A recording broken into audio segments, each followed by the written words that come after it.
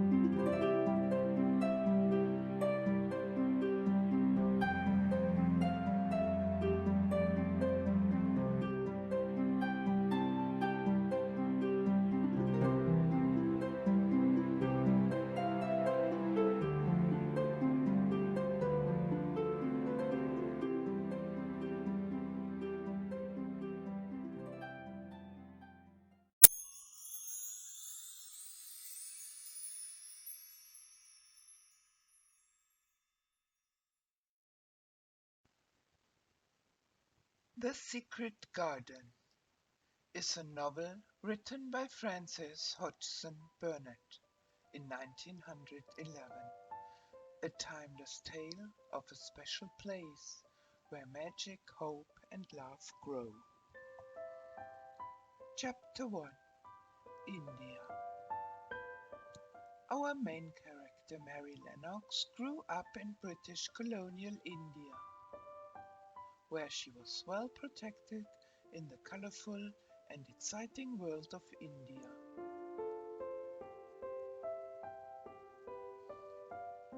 She was unloved and neglected by her busy parents on the one side, and terribly spoiled by her Indian nanny, the so-called Aya, on the other side.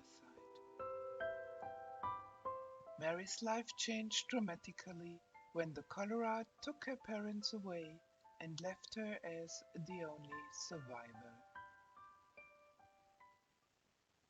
Chapter 2. Back to England.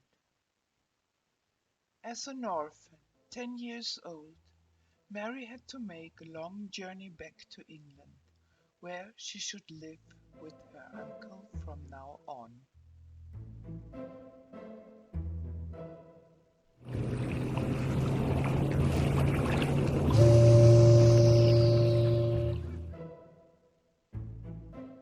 People never liked me, and I never liked people, Mary said.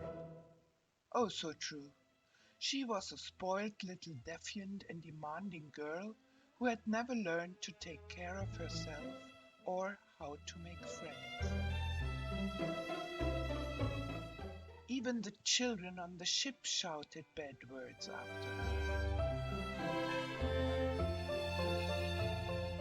Mary, Mary, quite contrary, Mistress Mary, quite contrary. Chapter 3. Misselthwaite Manor. After arriving in England, all children were picked up by relatives.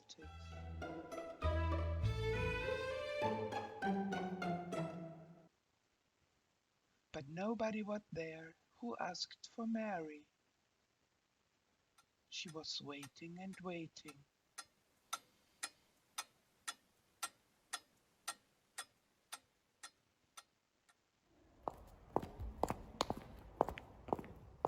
Finally, somebody showed up. Mrs. Medlock, the housekeeper of Misselthwaite Manor. Mrs. Medlock was an unfriendly and strict person, and all she had left for Mary was a never-ending list with house rules and prohibitions. Misselthwaite Manor was a dark and unpleasant place in the Yorkshire moors, and Uncle Archibald Craven, a grim man with a hunchback, who was absent most of the time.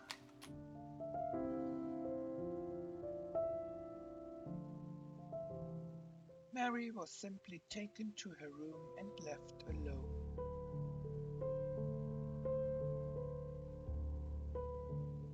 The only friendly person she met was Martha, the young maid, who brought breakfast in the morning and helped her get dressed.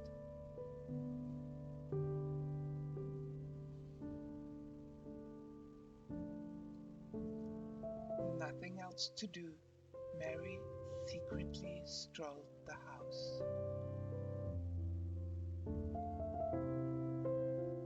One day she discovered a mysterious abandoned room. It was Lilia's room, Archibald Craven's wife, who died young when she fell from the swing in the garden.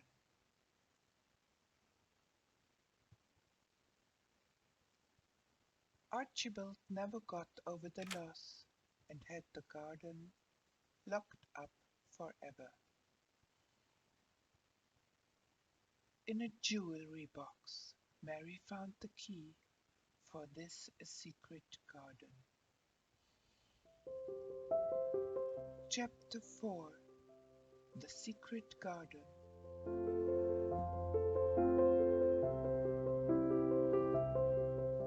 What door opens this key? Mary was wondering. Robin, the little bird, showed her the way. When she opened the door, she found a wondrous, enchanted place.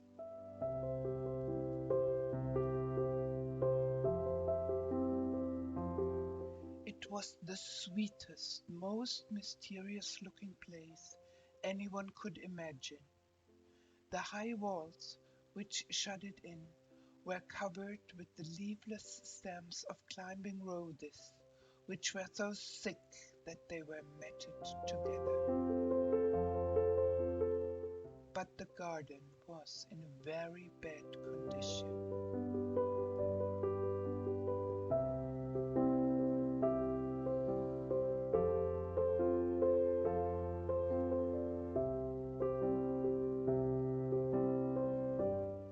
Mary made friends with Martha's younger brother Dickon, who was a friendly, down-to-earth character with a love for nature.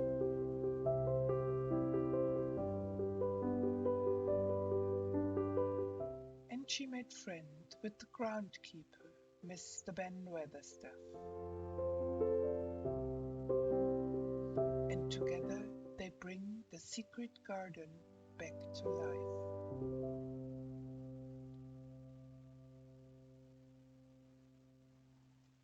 And with every flower that blossomed, Mary turned into a kind and lovely girl. Chapter 5: Master Colin. While Mary's days are filled with joy, laughter, and working in the garden, she couldn't find sleep at night.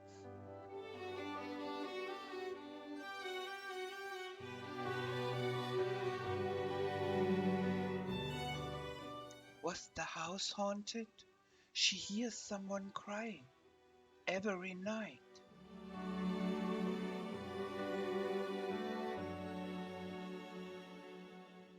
Mary was curious, and one night she followed the mysterious voice. It came from behind this door, Mary was whispering to herself. And cautiously, and with a pounding heart, Mary opened the door. Behind the door she found Colin, Archibald's son and her cousin.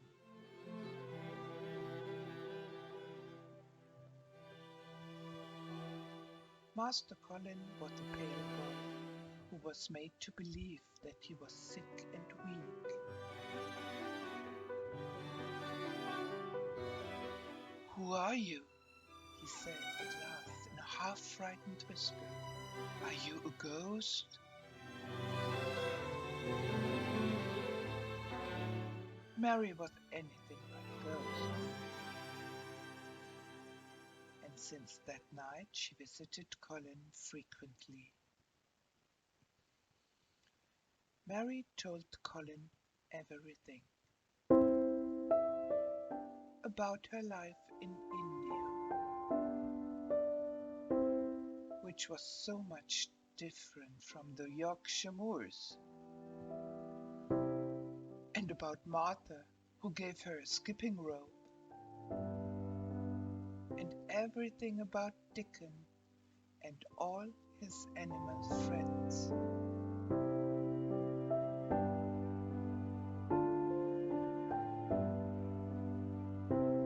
And last but not least, how she found the key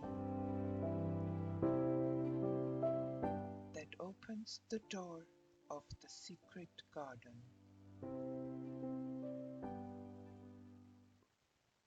Chapter 6. Happy Days. "Everybody thinks I'll die," Colin said. "If everybody thought that about me, I wouldn't do it." And Mary pulled back the heavy curtains, opened the window, and declared Colin's illness as nonsense.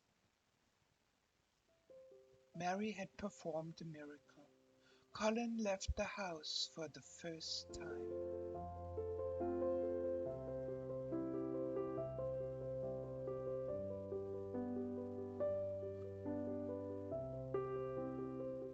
From now on, the children spent every day in the garden. Their days are filled with gardening.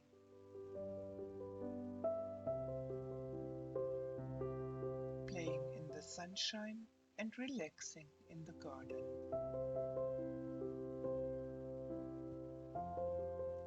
With every breath of fresh air, Colin became stronger.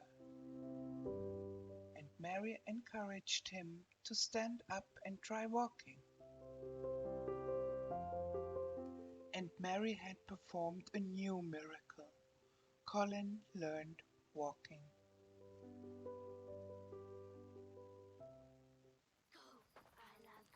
One night in the moonlight, the children danced around the fire and spoke a magic chant. Alagoya, hok hobi hayada, al heagoya, hoi goi hayada. Oh, Alagoya, please come to me. Send me my father here, set his spirit free. Oh, Alagoya, please come to me. Send me my father here. Chapter 7. Where are the children? When Archibald returned to Misselthwaite Manor after a long journey,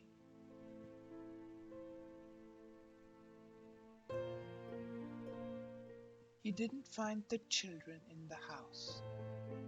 He was very upset.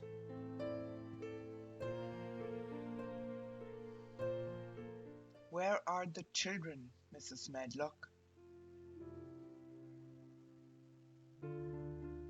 I'm inconsolable, sir. They are in the garden, sir." Lord Craven searched the whole garden until he heard the children laughing.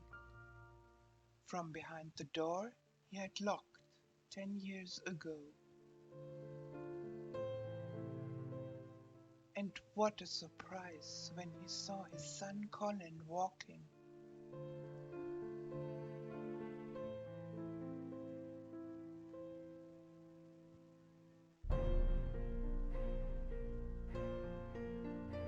And Lilian's rose garden in full bloom.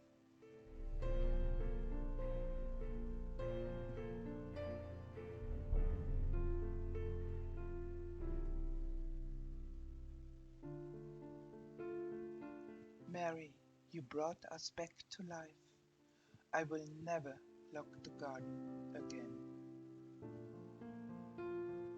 And the secret garden bloomed and bloomed, and every morning revealed new miracles.